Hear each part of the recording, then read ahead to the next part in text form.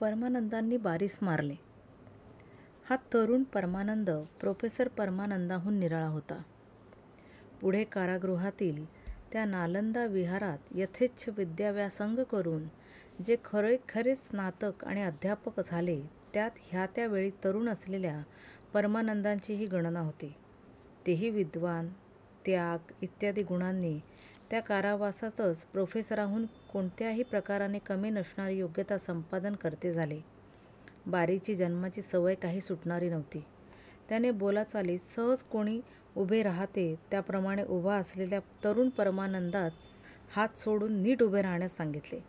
तो तरीही तसाच उभा पाहून संतापाने 1-2 अश्लील शिव्या हासडल्या. अशा शिव्या बारीच्या गणतीतही नसत, परंतु त्या तेजस्वी तरुणास ती सवय नव्हती. बारीच्या तोंडून शिव्या निघताच हा त्याच्या सभोवती असणाऱ्या दोघा वॉर्डर जमादारांच्या हातून सटदिशी सुटला आणि भर कार्यालयात बारीच्या ताडकन श्रीमुखात भडकावता झाला. तो वाघासारखा तुटून येताना पाहताच बारी ओरडून उठू लागला. तो आघात त्याच्या टोपीवर पडून बारीची टोपी पडली. खुर्ची लवंडली आणि बारी पकडो मारो करीत कार्यालयातून बाहेर पडला. परमानंदास अर्थातच लोकांनी धरून ओठ फुटेतो, रक्त वाहितो तोंडावर आणि पाठीवर गुद्द्यांनी आणि दंडुक्यांनी मारले.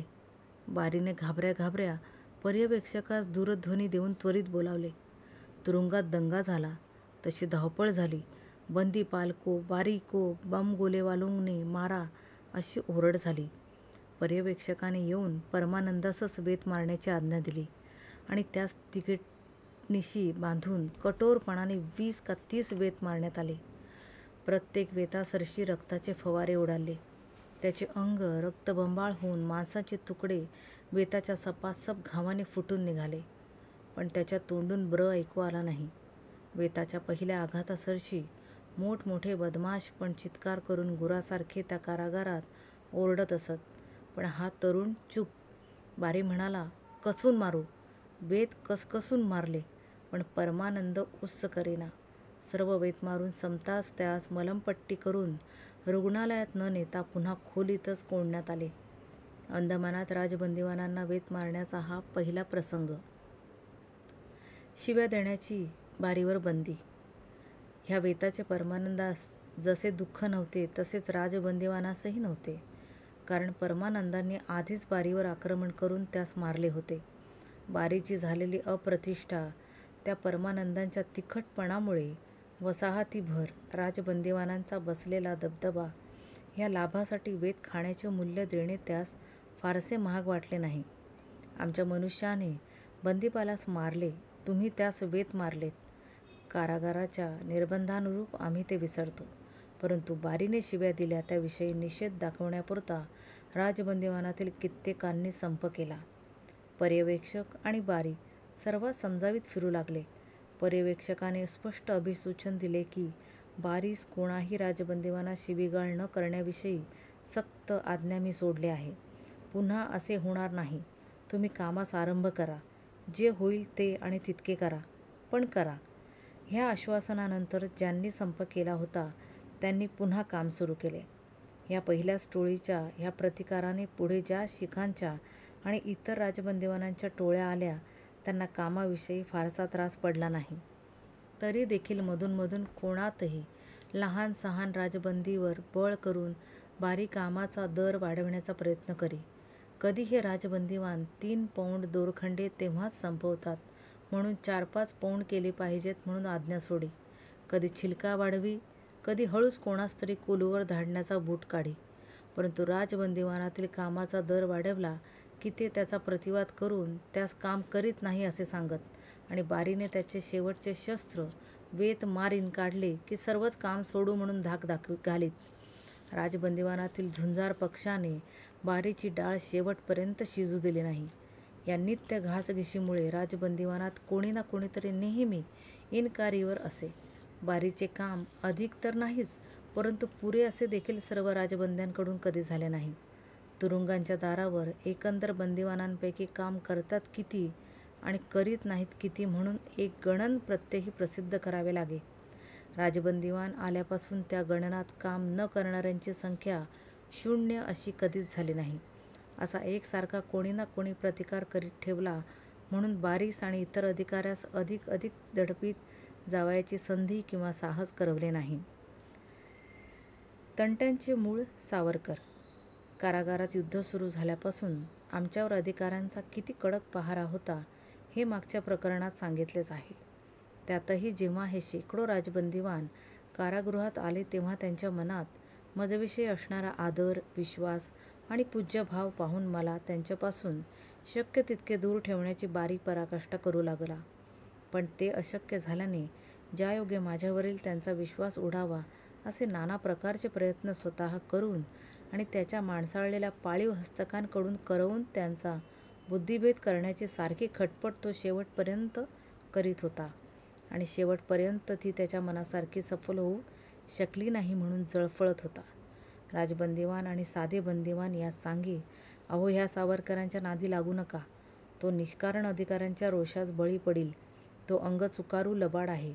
तुम्ही माझ्या मताप्रमाणे चला, मी तुमचे कल्याण करवीन.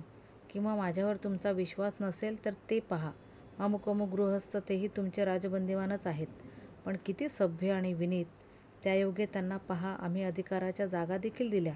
नाहीतर तो आमचा सावरकर पहा, अजून छिलकाकुटीत पडला आहे कोठडीत. राजबंदीवानास इकडे असे सांगत तिकडे अधिकारास बारीसारखा आमचे विरुद्ध लिहित राहिला की हा मनुष्य सर्व तंट्यांचे मूळ आहे. हा बंदीवानात जर्मनीची बढाई सांगतो, इंग्रजांच्या पराभवाच्या बातम्या देतो, कट करवतो, उघडपणे पुढाकार घेण्यास शिक्षेच्या भयाने कचरत नाही. शिखांमध्ये यांच्याविषयी असलेला पूर्वीचाच पूज्यभाव पाहून हा त्यास भडकवण्याचा प्रयत्न करील. राजबंदीवानांवरील याचे वजन कितीही भांडणे झाली किंवा मी करवली तरी काही केल्या कमी होत नाही. हा महासाहसी आहे. मला अशा रीतीने एक असुधारणीय भांडखोर म्हणून अधिकाऱ्यास वारंवार परिचित करून देण्यास बारीचा आणखी एक हेतू साध्य होत होता. तो म्हणजे हा की त्या योगे कारागृहात काही गडबड झाली तरी त्याचे उत्तरदायित्व आपल्या डोक्यावरून काढून चटकन माझ्याकडे बारीस त्यायोगे फेकता येई, ही सावरकरांची चिथावणी हे त्यांचे पालुपद असे. बारी स्वतःच जितका लुच्चा आणि पटाईत समजे तितका तो एका अर्थी भाबडा आणि मूर्ख असे. साधारण बंदीवानास ठकविण्यास जे त्याचे कौशल्य उपयोगी पडले ते जेव्हा तो राजबंदीवानास ठकविण्यास उपयोगी तेव्हा मला तर हसू येई. एकदा त्याच्या मनात आले की आपण जर सावरकरांविरुद्ध जे जे प्रतिवेदन केले आहे त्यातील थोडा भाग त्यास दाखवला तर मात्र तो भ्याल्या वाचून राहणार नाही आणि मग राजबंदीवानांच्या संघटनेचे नेतृत्व सोडून देऊन त्यांचे काही हो, आपण आपले हित पाहावे म्हणून पुढाकार घेणे सोडून देईल. असा काही विचार करून स्वारीने आम्हास कार्यालयात बोलवले. तेथे प्रथमतः आमच्या बुद्धीविषयी, विद्वत्तेविषयी व सार्वजनिक कामात निर्भय साहसाने झटण्याविषयी त्याने यथेच्छ स्तुती केली आणि राजबंदीवानास हीच स्वारी सांगत फिरे, सावरकर अंग चुकारू आहे. आणि नंतर आमच्या या गुणांचा आम्ही दुर्व्यय करीत असल्याने स्वतःच कसे धोक्यात पाडून घेत आहो ह्याविषयी आमची कान उघडणी करण्यास आरंभ केला. तुम्हाविषयी सहानुभूती वाटत असूनही मला तुमच्याविरुद्ध काय भयंकर प्रतिवेदने म्हणजे रिपोर्ट्स लिहावी लागतात, ही जर तुम्ही पाहाल तर क्वचित आपण सावध व्हाल. म्हणून मला तसे करणे अधिकारी या नात्याने सक्तपणे निषिद्ध असताही तुमच्यावरील लोभामुळे तुम्हास वाचून दाखवतो, असे म्हणून स्वारीने आपली दैनिकी म्हणजे डायरी काढली आणि आमच्याविरुद्ध त्याने वेळोवेळी काय लिहिले होते ते थोडे थोडे वाचून दाखवले. त्यातीलच जी काही वाक्ये आम्हास आठवली ती वर दिली आहेत. आमच्या हिंदुस्थान सरकारकडे झालेल्या प्रत्येक आवेदनाविषयी बारी दैनिकीत लिही की केवळ थाप आहे. सावरकर कशाही सबलतीने नमणारा व धाकाने काही दबणारा मनुष्य नाही. तो असुधारणीय आहे हा उल्लेखही मला दाखवला आणि मी हे गौप्य फोडू नये म्हणून बजावले. राष्ट्रहितास विरोधी नसलेले वचन पाळले. येथेच आम्ही हेही सांगून टाकतो की बारीने आमच्या विरुद्ध किंवा आमच्या सहानुभूतीचे जे काय गौप्य म्हणून वेळोवेळी आम्हास सांगितले होते आणि आम्ही ते विश्वास देऊन ऐकले होते ते आम्ही केव्हाही त्याची हानी होईल अशा रीतीने कोणास सांगितले नाही. दिलेला विश्वास आणि वचन आम्ही राष्ट्रीय हितास विरुद्ध नसेल तेथे शेवटपर्यंत पाळावे. आता बारीसाहेब दिवंगत होऊन अनेक वर्ष लोटले असल्याने त्या अनेक संवादांपैकी राष्ट्रीय हितार्थ ह्या कारावास कथेत सांगणे जितके अवश्य तितकेच सांगत आहोत. ह्या अंदमानच्या वृत्तांतात बारीसाहेबांच्या स्वभावातील कठोरपणाचेच उल्लेख आम्हास इतका वेळ वारंवार करावे लागले. परंतु बारीसाहेबांच्या स्वभावाची दुसरीही एक बाजू होती. तिचा उल्लेख कुठेतरी करणे हे आमचे कर्तव्य आहे. कोणाही मनुष्यास प्रमाणाबाहेर दोष देणे हा आम्ही अन्याय समजतो. बारी कठोर होता ह्यात संशय नाही, परंतु बंदीपाल ह्या नात्याने कठोरपणा धरणे हे त्यास बहुधा अवश्य झाले होते हेही ध्यानात ठेवले पाहिजे. हिंदुस्थानातील अत्यंत निर्दय, दुष्ट, पापी आणि एक पैशासाठी दुसऱ्यांचा प्राण हसत हसत घेणाऱ्या अनेक अपराध्यांच्या भयंकर समुदायास शिस्तीत ठेवणे हे काम त्याच्यावर बंदीपाल या नात्याने पडले होते. अशा उभ्या हिंदुस्थानातील दांडग्यातील दांडग्या आणि उलट्या काळजांच्या दंडित अपराध्यातील निर्ढावलेल्या बदमाशास शिस्तीत ठेवण्यास जनहितार्थच कोणाचाही कठोरपणा स्वीकारावा लागेल. तसा तो बारीने स्वीकारला हा त्याचा अपराध नव्हता हे आम्ही त्यास वारंवार सांगत असू. परंतु अशा लोकात जन्म घालविल्याने त्याचा स्वभावच निदान बंदीगृहापुरता तरी कठोर, अनिरुद्ध आणि निर्दय झाला होता. त्यामुळे त्यास चांगला आणि वाईट याची निवड करता येत नसे हा त्याचा दोष असे. त्यास खरोखरीच वाटे तो पोर्ट ब्लेअरचा परमेश्वर आहे. त्याच्या असत्य असो, निर्बंधाविरुद्ध अन्याय असो, लहरीप्रमाणे जो वागेल, जो त्याची दासासारखी हाजेहाजी करील तो चांगला, इतर वाईट ही त्याची मनुष्य ओळखण्याची व्याख्या होती. हा त्याचा दोष, निर्दयपणा ही त्याची एक करमणूकच झाली होती. तो अशिक्षित असल्याने बुद्धीच्या विकासामुळे ज्ञान, विज्ञान, कला इत्यादी शक्तीचा आणि रुचीचा त्यांच्यात फारसा थोडा विकास झाला होता, म्हणून त्या करमणुकीत त्यास पारख्या होत्या. त्यामुळेच बंदीगृहातील उठाठेवी हेच त्याचे त्या एकांत वसाहतीतील सारे जीवन आणि सारी करमणूक झाली होती. तरी देखील तो बंदीगृहाबाहेर त्याच्या कुटुंब, इष्टमित्र इत्यादिकांच्या मंडलात इतका निर्दय नसे. इतकेच नव्हे तर कोणी चढवले म्हणून चढविलाही जात नसे.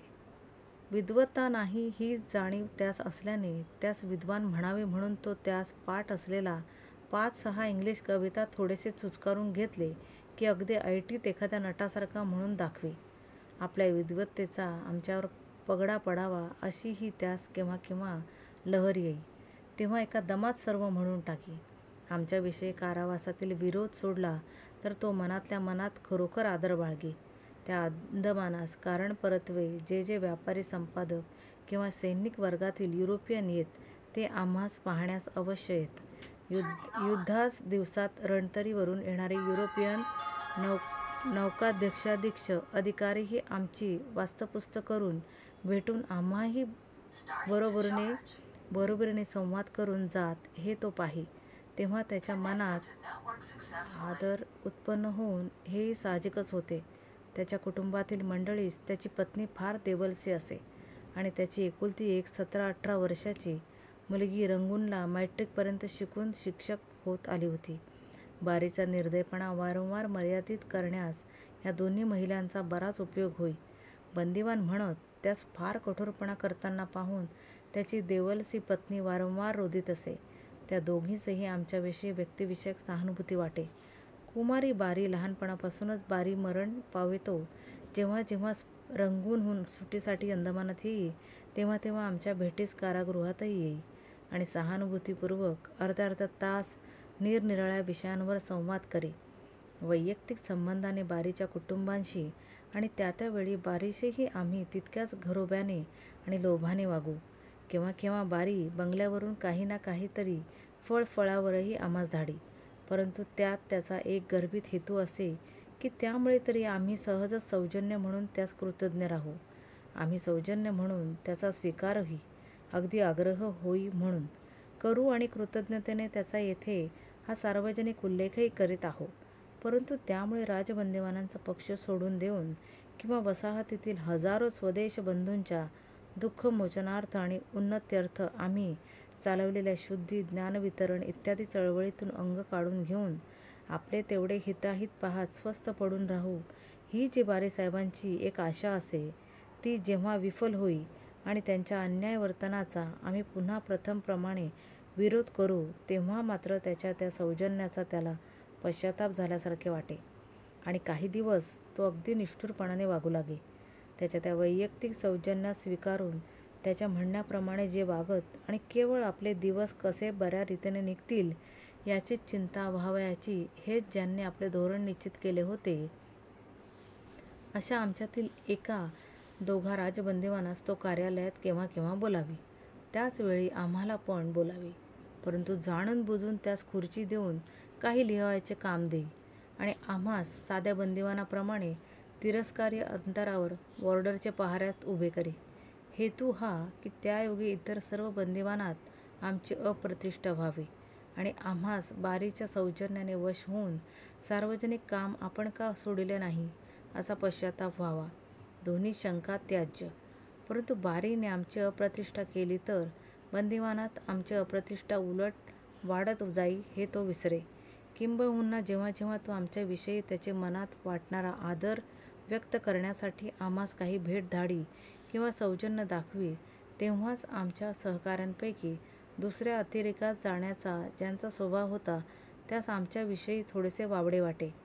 आम्ही बारीची फळाफळावळ का स्वीकारतो हा त्यांचा आक्षेप असे.